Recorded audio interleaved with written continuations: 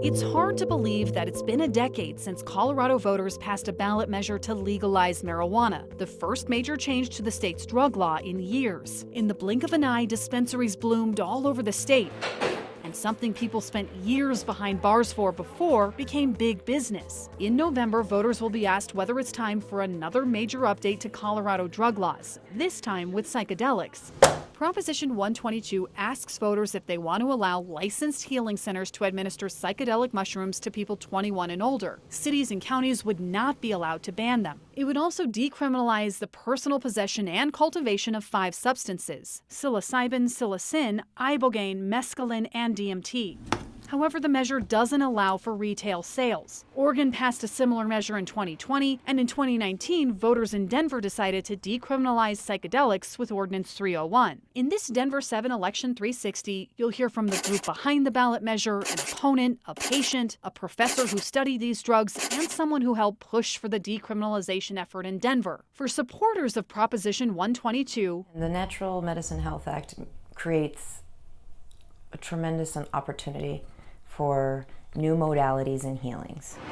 They say these natural medicines have been around for thousands of years and they're safer than opioids. They point to Denver's decriminalization as a success story, and they want to be clear. We don't want to see a commercialized model. We don't want to see recreational dispensaries for these natural medicines. That's why the measure calls for licensed healing centers with an intake and a screening process, and for Colorado's Department of Regulatory agencies to be involved. We need to be really careful with this. We want to have access programs. We want to make sure that these prices aren't getting so out of hand that it isn't equitable. They're asking people to vote yes for the sake of healing. It has done great good for many different people to be able to expand themselves, to learn, to grow, to self-heal, and that's a powerful thing.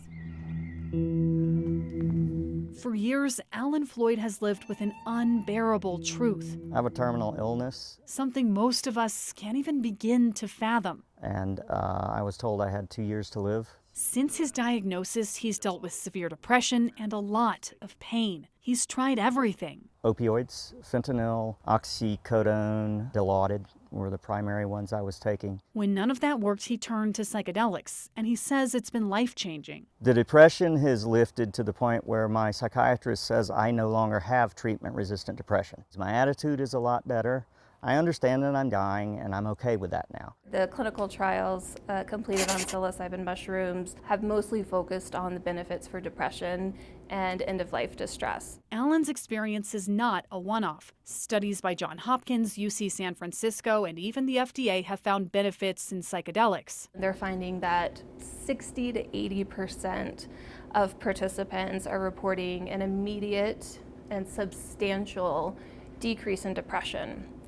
For end-of-life distress. Shannon Hughes from CSU says it's safer than cannabis, you can't overdose on it, and you won't get addicted to it. Psilocybin is actually one of the safest psychoactive substances. It's a con. The idea that this is really about health is not true at all. Jeff Hunt from the Centennial Institute doesn't believe the proponents. He says this measure is about one thing: money. This is about commercialization. This is eventually about making sure that these companies can get these drugs out there, make as much money as they can. While supporters see Denver as an example, Hunt has a very different take. No one would be saying that we're doing very well in the city of Denver with our drug issues. He worries this is going the same way as marijuana and will eventually face the same problems. We still have a really big black market problem in the state. We need to be looking at ways to get people off drugs, not finding ways for people to take further drugs.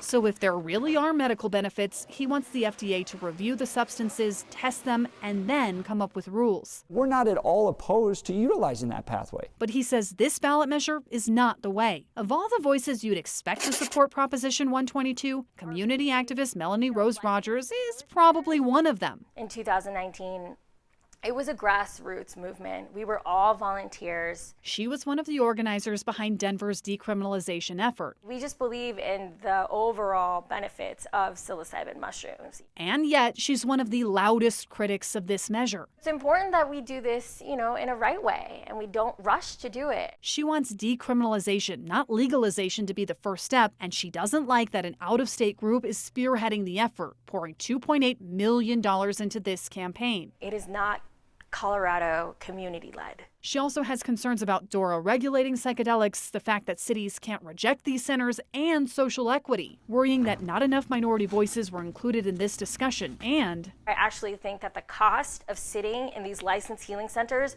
are not going to be able to be affordable for everybody. So she wants people to think twice before saying yes. This year marks a decade since Colorado voters became the first state to legalize marijuana. This year, they'll be asked whether it's time to do the same for psychedelics and significantly rewrite the state's drug policies once again. Megan Lopez, Denver 7.